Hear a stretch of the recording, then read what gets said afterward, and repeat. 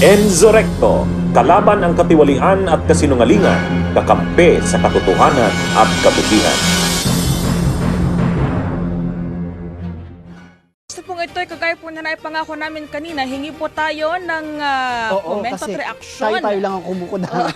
Hingi tayo ng komento sa eksperto dito sa paksang ito. Eksperto, sa isang political analyst na si Professor Edmund Tayaw. Isa pong political analyst. Good evening po, Prof. Marlene po at Michael sa Spot Report. Good evening, sir.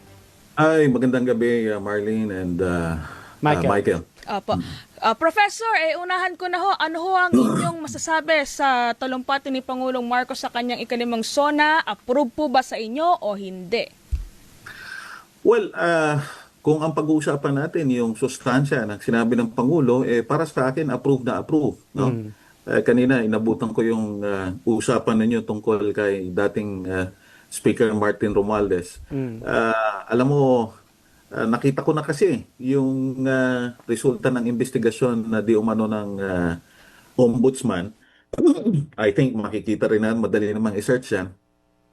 At kung di ako nagkakamali, siguro kahahanap na maaaring gamiting ebidensya laban sa dating speaker. Ang ginamit nila yung yung testimonya nung sinasabing 18 sabi nila marino sila pero mga bodyguard, no? At wala namang problema yung pagiging bodyguard, pero yung alam mo kasi napakadali namang makita kung mapangahawakan mo yung testimonya nila o hindi, no? At nakita na natin to, no? Unang-una, hindi naman sila isinantabi ng NBI, inimbitahan nga sila. Kaya lang kung natatandaan ninyo, nung isa-isa na silang ini-interview, no? Ayaw pumayag ng kanilang abogado na isa-isa sila. Pero halimbawa, ito nakita natin, no, kung paano yung real live, no, ang tawag dito, kung paano tinatawag ang testigo, no? At kahit saan hukuman ka magpunta, hindi naman 2, 3, 4 o 18 na testigo ang tatawagin sa witness stand. Isa-isa yan na tinatawag.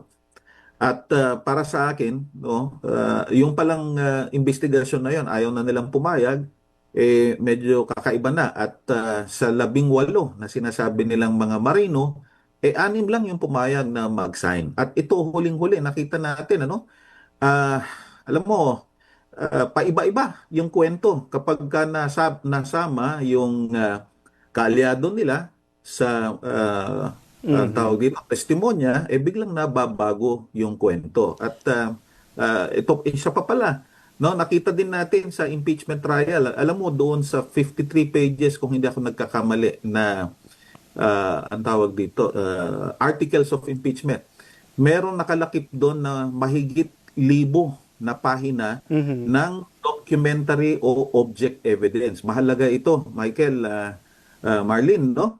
Kasi alam mo yung testimonya na sinasabi ni Attorney Baligo, totoo na importante yon at mabigat ang testimonya.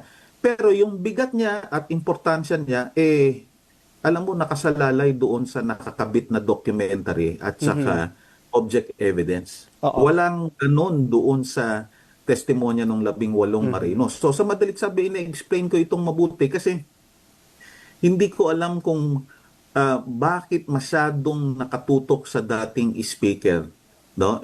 Ang tawag dito, pag-iimbestiga nitong flood control, dapat lahat talaga imbestigahan, kasi wala tayong sisinuhin. Hindi dapat ito nakatutok lang sa administrasyon ngayon. Alam mo, kung natatandaan mo yung public hearing sa Senado, at alam mo, napakahaba ng explanation ko kasi naiinis na ako diyan sa Malita Chronicles, hindi Maleta ha, Malita Chronicles, no?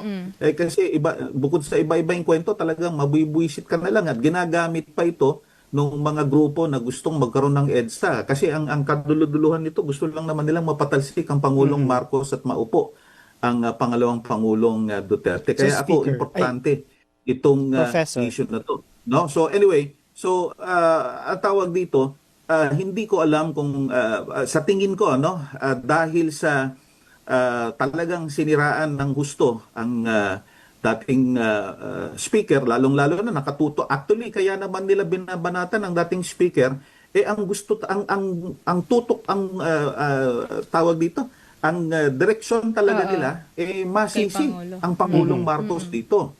Kaya para sa akin dapat makita natin yung kaduluduluhan kasi katulad ng sasabi ko, yung mga naunang mga public hearing, nakalimutan na ba natin na nung tinanong mismo ng actually no less than Senator Bato himself asked the Discayas how they started in the construction business.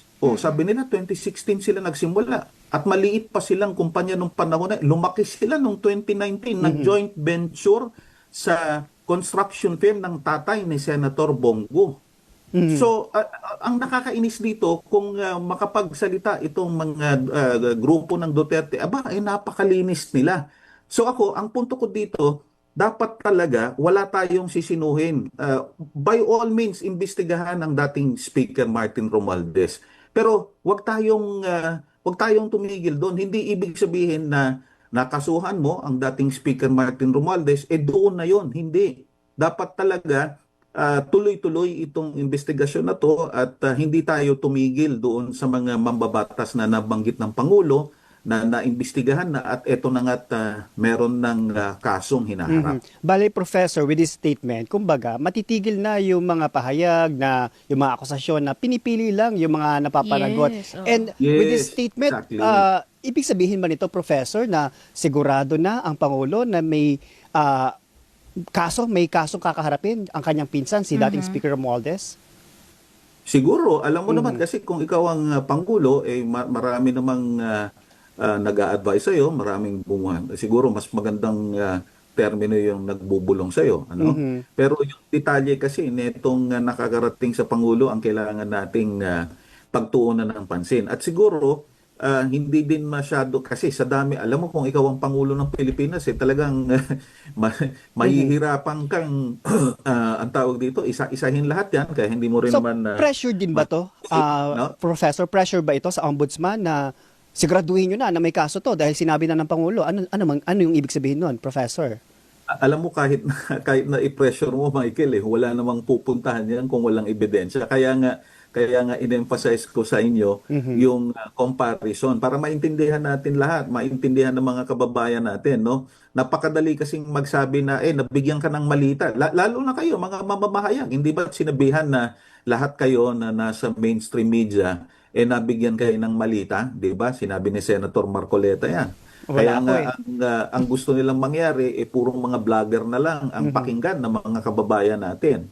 No, so sa madaling sabi, just gives you that just gives you the idea, no, that it's rather very easy to point finger and it's damn difficult to actually make sense of accusations, especially if you're talking about hard evidences to prove an allegation. Opo. Professor, Bunyog, bunyog, halikan na kasama ka. Bunyog, kapag buklod ay may pag-asa. Luzon, Visayas, Mindanao, isa ang pananaw. Sa bagong Pilipinas ang bunyog isisigaw.